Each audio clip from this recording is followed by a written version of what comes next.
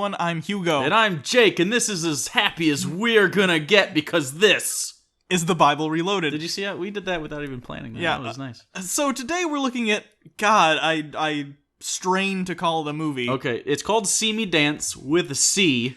This movie is, and this is a fact, this is the worst movie I will ever see in my life. At least we know where the bottom is. It's like a deep lake, and then at the bottom, and you look down off your boat, and you see the darkness, and then you're like scared of it a little bit. Some people have that weird phobia, and then you finally get there, and it's not so bad. So I don't even know what it's about. We can't even go into it, so we just gotta start the movie. Just fuck. Yep. So the movie starts, and most movies have some sort of build-up to their title because they have some sort of respect for themselves, but this movie was like, no, fuck it, here's the title, this is what this is, we are shameless, See Me Dance comes up, and then 1992.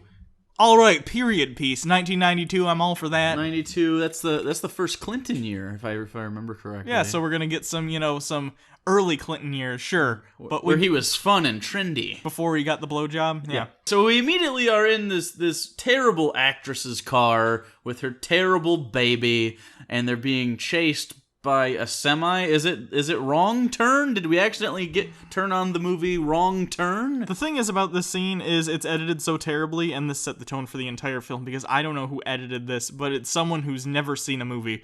And they have this truck, and they have them, and they're trying to kind of do stunt driving, clearly, like they're making it look dangerous. Just, like, wiggling the cars back and forth. Yeah, but it's like they couldn't afford to close off a road, so they're like, okay guys, it's nighttime, and we have like 5 minutes, so just wiggle the car back and forth. Right. Apparently, the semi-truck has bad intentions and wants to murder the person on purpose, and then it cuts weird, and then it's all of a sudden in front of the car, and we don't see him hit. The car's just suddenly overturned and on fire, and then rescue crews are there in the morning. Yeah, the husband, which you'll find out, runs up to the car, but it is morning, so was the car burning there all night? Did it take all night for the firefighters to put out the fire? It's a car.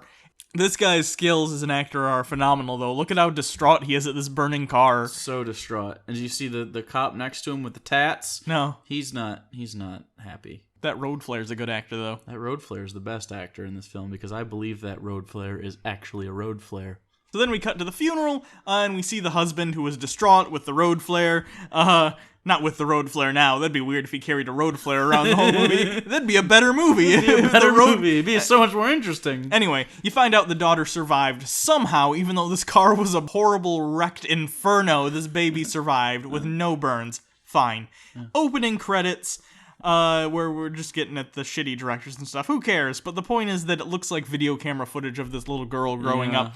It holds on this footage for so long, it felt like 5 minutes. It felt like I was at a friend's house and they were trying to show me actual home movies with your kid, but you're not rude enough to tell them, I don't give a fuck about your stupid kid in their dance recital. It felt like that. So if you want a simulated version of hating your friends and realizing you're growing apart, this movie's opening sequence is for you.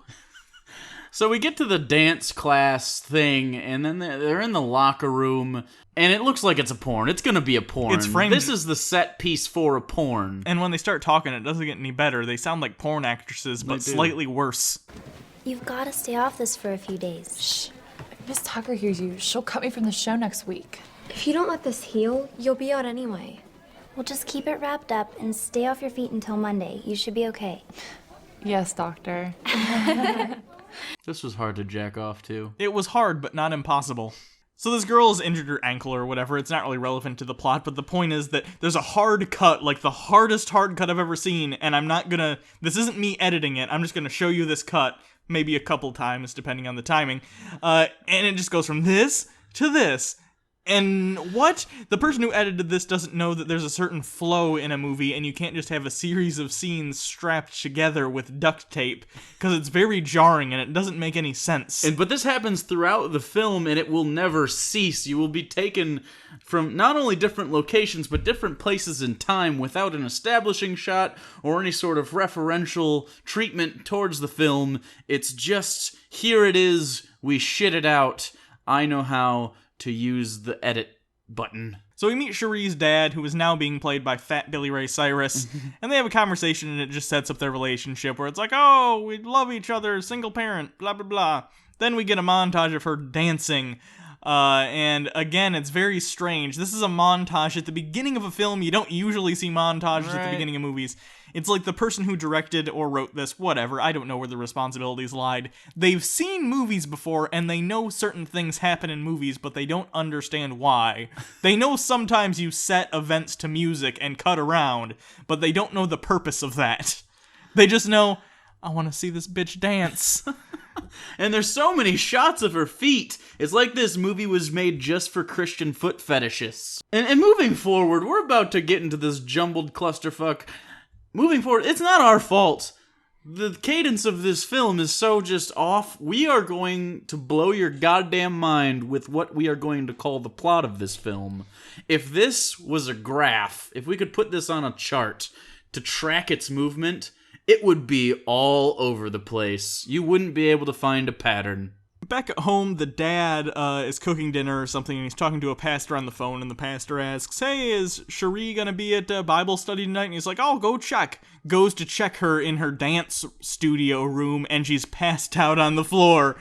They go to the doctor. Immediately. Immediately. It's just a cut to them already at the doctor, and she's already been seen, apparently. And the dad says, the doctor just wants to run some tests, and she goes, can I go home? And in my head, I'm thinking, no, bitch, he just said she has to run some tests, so are you not listening? You gotta wait. And now she can't dance for a few days, but I feel like she should have been in the hospital for her chronic case of baby mouth, because every sound she makes that comes out of her head sounds like she's trying to talk to a baby and be cute. They tell her that they're going to get the test done in a few days, and then they cut, and then it's a few days later, so I don't know why they didn't just do the test there, because for us as an audience, it made no difference. And the doctor's like, hey, yeah, you shouldn't dance for a few days until we get the results of the test back. And then she's like, well, really though, can I? And the doctor, being the worst doctor who's ever doctored, said, no, I guess a little bit, like an hour a day. An hour a day of strenuous dancing practice when she passed out from it. So we cut to their friend's bedroom, again, immediately. No transition. Yeah. And they're there talking about what had happened. They're like, oh, what are you gonna do? Cherie says, I can't just wait for some tests to tell me what's wrong with me. Are you bitching about being medically diagnosed? This is how it works. And then the friend's like, well, what do you want to do instead? And she smirks and kind of hams to the cameras like, let's go to the mall. And then there's a fucking pop song and they're in the mall. And then this fucking montage happens with this shitty song. We can't play the song for copyright reasons, but we will provide our own music because it's necessary. We're going to the mall because we are teenage girls. On an escalator, come on, guys, running through the mall. Let's go check out some perfume in the mall and smell it. Look at how much fun we can have. Oh my god, Chad is so dreamy, but let's walk away and giggle. And then your best friend falls asleep in the massage chair and you try to draw a dick on a face, but you remember that this is a Christian film and you can't draw a dick on a face. That was spot on, too. So that's exactly how the song went. That's pretty much it. So that was the montage, and it has no point to the rest of the film. The the first half an hour of this movie doesn't need to be here, frankly, but we're talking about it anyway because it's shit. Yeah. So they get home, and then the dad comes down on the phone, and he looks at her, and they embrace. And that's the whole fucking scene. Cut to the hospital where they explain she has fucking leukemia. The C in See Me Dance stands for cancer. This woman has cancer. They also tell her that treatment won't help, so they're just kind of, having cancer, you're gonna die in however long. They don't give her a time frame, but they make it sound like it's pretty dire. They go back home, and her dad doesn't want her to go to practice because of the whole dying thing, but she's like, no, I need to go to practice. And he's like, hey, can we pray? She's like, why am I gonna pray to God? He gave me this cancer. Kind of a valid point, but I can tell where this movie's going, but whatever. And then she's like, you should just stop loving me. Okay. Then she goes to school. Do you have to go to school with terminal cancer? I don't know. I've read Fault in Our Stars, and I don't think Augustus ever went to school after that. I mean, he had like a GED and shit. Yeah, I don't. But I feel like he was exempt. You could just chill out with the cancer. So when your hollow leg and being dreamy. And she yells at her friends. They cut back to the dance studio. Cherie dances at a tryout, which they didn't establish was a tryout. They made it sound like practice, but apparently there's some sort of callback sheet. She made it. She doesn't care. Back at home, she's with her father, and they talk about her cancer, but this time it's more cathartic, I guess, where they're like, oh, no, it'll be okay. This whole scene spanned like 7 minutes and nothing has happened. Like, this movie is just full of filler scenes that really should have been thrown out. The dad apparently has a date, and it's with the cancer doctor. So that means that they took time in the middle of this diagnosis to get to know each other. Apparently at some point, maybe the daughter was like in the bathroom crying about the death that she's facing, and maybe the dad was like, so you like your job, or what? It's okay. I mean, see a lot of dead kids. See a lot of dead kids? Yeah, dead Your kids. kid's gonna be dead, too. Yeah, that's pretty cool. So what are you doing after this? I don't know. Would you like me to maybe suck your dick? Probably. That'll make... Leukemia turns me on, if I'm honest. Yeah, me too. Well, maybe the dick sucking will keep my mind off the dead child. They have a date, and they're talking about how the mom died, and he describes it as a truck's tire blew out and hit her, which is completely opposed to what we saw in the beginning of the movie with the pseudo chase scene. But the thing is, I thought they were going to address this later to try and explain what actually happened. Like it was Satan or something? They don't. No. So I don't know what the fuck was supposed to have happened. I don't know if the truck was supposed to have accidentally hit her and they just filmed it terribly, or if we're being lied to.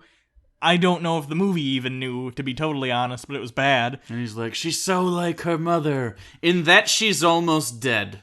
So the dad gets home and he prays about his daughter, and he says verbatim, "Man, please show mercy on her." He's chilling with cool Jesus. Yeah. He's got cool, trendy, hipster pothead Jesus. That's the best kind of Jesus. Kind of like the dude from Big Lebowski. Yeah. So they're driving in the car the next day because, again, this just cuts whenever the fuck it feels like it.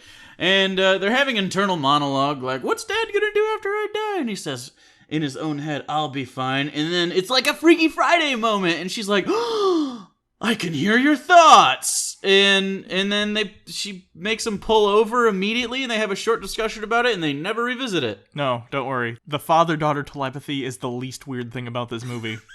So that night, her and her dad go to bed, and they both had the same dream of them rescuing this woman who's drowning in a pond. And they both wake up, they're like, oh, whatever, it's just a dream. And I like that the dream sequences in this movie, they just put a filter over the camera, like, people will get it, it's fine.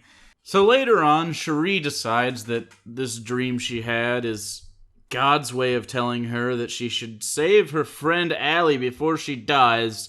And in that conversation, they realize we have the same dream! And then that's really the end of it. Like, they talk about how important it must be, and maybe this is a sign from God, and... More importantly, upon this realization, a fucking ghost light shows up in their kitchen and takes residence in their chandelier. I'm pretty sure it's Jesus. It's Jesus? Light? They never explain where this light came from. He's reading the Bible later in a montage, and he'll read about angels. Were they thinking it was an angel? Is that what we're supposed to get out of this? Is this just cool Jesus hanging out in the lights again, offering them pot because she has cancer and she's going to need the medical marijuana to help with pain? I don't know what's going on. So Cherie does go talk to Allie, and she takes her to a secluded area to talk to her, which is really creepy. I mean, I get it. I understand that people who are Christian might want to preach to you, but took her to a secluded area and then started talking to her in that unrealistic Christian movie preachy way where no one in real life would respond to this if they weren't religious. She touches her hand, and it's like she gets a vision of the passion of the Christ, and he gets hammered through his hand, and she immediately starts crying and goes, okay, I'm a Christian now. And that's pretty much how people are going to be converted from now on throughout the film. So that's how we establish her superpowers. Cherie's superpower is taking away people's free will and making them Christians. Yes. Which is a pretty rad power if you're Christian, I guess, but I have some philosophical issues with it. Cherie, it cuts again, no reason. Walking home, this school bully who had talked to her briefly earlier, and we still don't know why he's mad at her. He looks like he's in his 30s. He looks like the oldest high school student who's ever been in high school. That guy has a mortgage. Yeah, he gets out of the car and chases her and the dad who's at work. He works at some company. Gets a phone call from no one? And then he's like, my daughter's in trouble. I gotta go find her. Shitty chase scene. The bully has her on the ground. For some reason, but it's almost rapey. It seems way more physical assaulty than just like, I'm an asshole and I'm gonna give you a wedgie. It seems like he's gonna rape her, but they don't ever talk about it. The dad shows up and starts to try and fight the bully's friends, and this is the worst fight scene I think I've ever seen. And one by one, they start touching the bullies and the bully's girlfriend, and they all start to have visions of Jesus, and they stop fighting, and the implication here is that by touching them, she's turned them to Christ, and they now no longer want to beat them up. For some reason, they go back to the hospital, and the test results show that she should be fucked, but she's good to go. And the doctor's like, I don't know, just go do whatever the fuck you want. I'm fucking your dad, no big deal. After that, they go back home, and all the bullies and their family members are waiting outside their house, and they wanted to apologize, and they go in, and they're like, we don't know what happened, but when you touched us, we saw God, and we felt the need to be filled with him and stuff. So yes, they have established the superpower is she touches people and turns them Christian. That is a fact. And then that is the movie we're watching. And then someone asks the dad, like, we just want an explanation. The dad goes, it doesn't need an explanation. Yeah, it does. It really, really fucking does. You need an explanation for this because it's crazy as shit. You have telepathy with your daughter, and she also has superpowers. Also, her leukemia is, like, going all right. So back at the dance studio, she sees this guy in the corner in a trench coat and a leather trench coat, like a little bit like Columbine. You know what this is going to be. Yeah. No one else sees him, though, and she starts seeing him everywhere, like he's just showing up everywhere. He looks a little bit like the Master from the 1990 Doctor Who movie.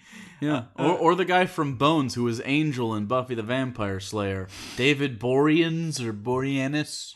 The dad ends up seeing him too that night because she has a nightmare, wakes up, and then he's behind him. The dad immediately decides this is the devil. Yeah. Of course we know it's the devil because it's a movie, but he immediately jumps to the conclusion, that must have been the devil.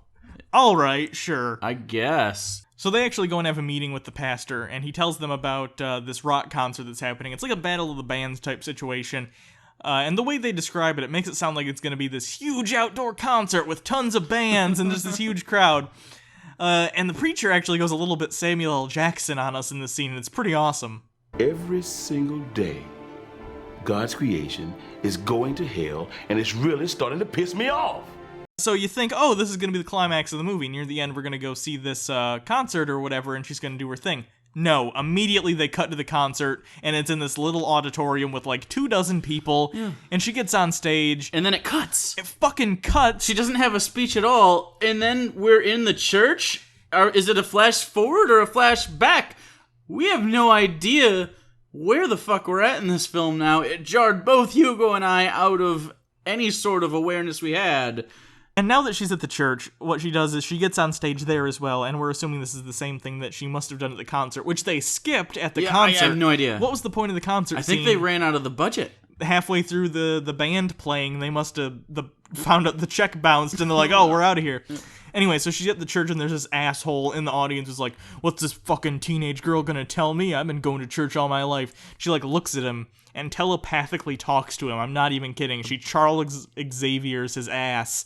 And he stands up and apparently becomes Christian, even though he's already in a church. And then one by one, everyone else in the church stands up and acts like they're being saved. Including, like, a guy who works for the church, who apparently, he came across very pastoral, and he has the turtleneck on, and he's kind of like, okay, I surrender. And then the cross lights up, like, kind of in the kitchen, so I think it was Jesus the whole time. I'm more interested in the fact that it seems like a theme in these Christian movies, if you look at things like Heaven is for Real. This theme in these Christian movies about, for some reason, there's all these non-Christians in these churches. Like, do Christians think that half of the congregation in the church they're going to aren't Christians? I have no idea. It's really weird, and they always have that sort of false Christian or douchebag atheist thing going on when people get converted. It makes me think that genuinely to try and justify in their heads why all these Christians in their churches might be assholes, it's them trying to rationalize how a Christian is being an asshole, so they're like, they're not true Christians, you know what I mean? Yeah. It's the Scotsman thing. But whatever, I hate seeing it in the movie, because it's like, are you fucking kidding me? Yeah. All these people were unsaved? They're Christians, for fuck's sake, they're in the church. But apparently this had a wide-reaching effect, because we get a scene shortly thereafter, and they're talking about statistics and stuff about things that have been changing. I'm just gonna play this for you guys, because we can't do justice to how stupid this is.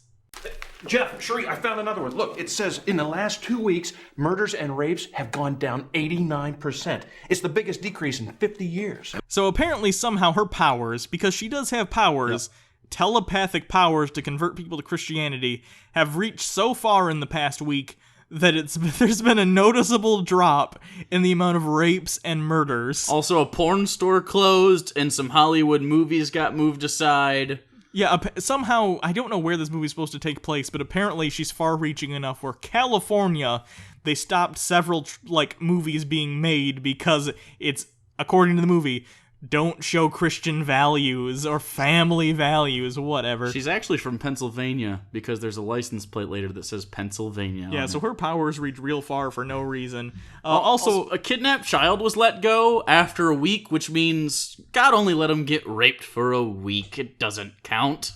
I also notice it's strange that now God has chosen to use telepathy to convert people because he's taking away people's free will. Clearly, the minute she touches them, they all become Christians. Yeah.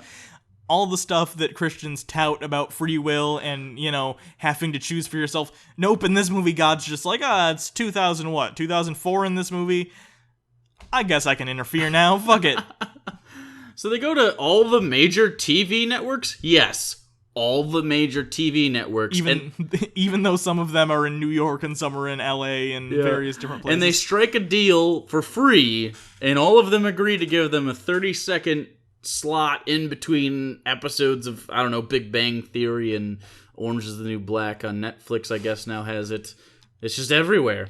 The thing is, though, if it was already affecting California, whatever she was doing, it doesn't really seem like she needs to be seen by everyone for it to affect them, but whatever. The movie doesn't give a shit, so neither do I. And of course, what she does after this is she goes to the dance studio after no one's in there and just dances in the dark for 15 fucking minutes, and Satan's there and stuff. It doesn't really matter. The devil tricked her into going even though it's closed because that's what the devil does. He's like, ha-ha! Not very much good lighting in here.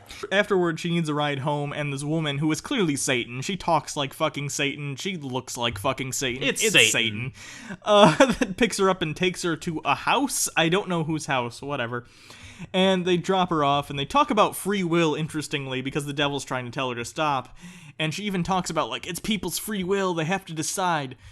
Well, she is simultaneously using her powers to take away people's free will and forcing them to be Christians. It's very strange that this movie seems self-aware and completely oblivious to its own shortcomings at the same time. I don't understand what they were going for at all. The message is completely lost on me, and I think everyone else. And they kind of have a short standoff between the devil and Cherie, and then suddenly she's outside and she's saying to herself, "It's morning, I need a ride." I don't even what the fuck was What is happening? Out of all the cuts in this movie, this is the one that makes the least sense. She just walks outside, and again she says, "It's morning?" Yeah, bitch, it's morning. It was daylight before. I don't understand. Are they insinuating that the devil manipulated her to not show up on time or something? Anyway, she says she needs a ride, and here's a guy on a motorcycle she's never met, and we have no reason to know he's a character in this film whatsoever, and he just gets on. I thought it was going to be Satan again, but it's not. It's just some He just gives her a ride. Is it supposed to be like Jesus? Does Jesus ride a motorcycle? A shitty maroon motorcycle. She shows up to the church for the TV broadcast, and when she gets up on stage, she has a speech she's supposed to do for this 30-second broadcast. She puts that shit down, and she'll tell you all about fear, and what fear of death, and cancer, and fear leads to Satan, and pushing away from God, and it's just a clusterfuck, and she delivers it so terribly. All the acting in this movie is awful. They all seem like porn actors who weren't good enough to be penetrated. And then she has the line, "God doesn't let people starve. People do." No, I mean, if there was a God, he'd be pretty fucking responsible. But doesn't that fly in the face of all the free will shit we're talking about, though? You're ruining free will, but you're also saying that it's a good thing, but you're also saying that, but it's fucked up that he allows free will, and it's our fault. I don't even know what the point is. So that speech ends, and apparently it's a success, because we cut to months later, and it's Christmas, and the news briefly says that churches are so full, blah, blah, blah, because apparently her speech went out everywhere, and I'm assuming most of the world is Christian now, or something. Yes. She asked her dad if she can go open a present. And he's like, yeah, sure. And she goes. The doctor girlfriend of his, who's taking his dick or whatever, walks in there and she screams, and the dad follows. She drops her eggnog! Cherie is dead. She has finally died of the leukemia after opening a license plate that says "See Me Dance." Because we need a reference to the title for the third time in this film. And the dad, holds her and literally says, "We did everything you asked," as if God is a mob enforcer who's, telling him to do certain things. And the camera pans up, and it's pictures of her, and then it cuts to heaven. It cuts to fucking heaven, and she's dancing for her dead mom. And the only thing I can think of is God really needs to put the dimmer switch down, because heaven is far too bright to be livable. Everyone must be wearing sunglasses all the time. And then the movie ends. And that's the story of how God stole Christmas. So, the message here is, if you get cancer, God will give you telepathic powers to force people to convert to Christianity, and in the end, he'll kill you anyway. What the fucking fuck? What the fuck? What the fuck, man? What the fuck was this movie? It wasn't, was it? Our description of it probably sounds like it makes no sense, but that's because, guess what? It makes no fucking sense. It doesn't make any... I can't even, we watched Persecuted, which was one of the most disjointed movies we've ever reviewed on this channel. It had no flow whatsoever. I would watch that twice before I watched this. It doesn't make any sense. I have no idea I don't even know what the dad's name was. And he was one of the main characters. I don't know what the character motivation was, really. They don't explain if the mom's death was an accident or not. They don't explain the telepathy between the dad and the daughter. They edit it like shit. The writing's awful. The acting is worth. The direction is just awful. I mean, the worst direction I've ever seen.